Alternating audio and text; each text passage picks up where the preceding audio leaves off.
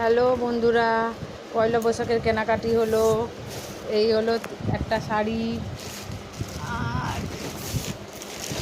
এই একটা শাড়ি,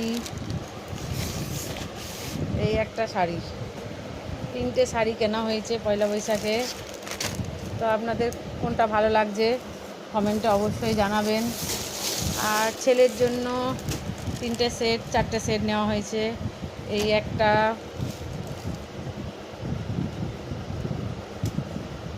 এই একটা, আর এই একটা।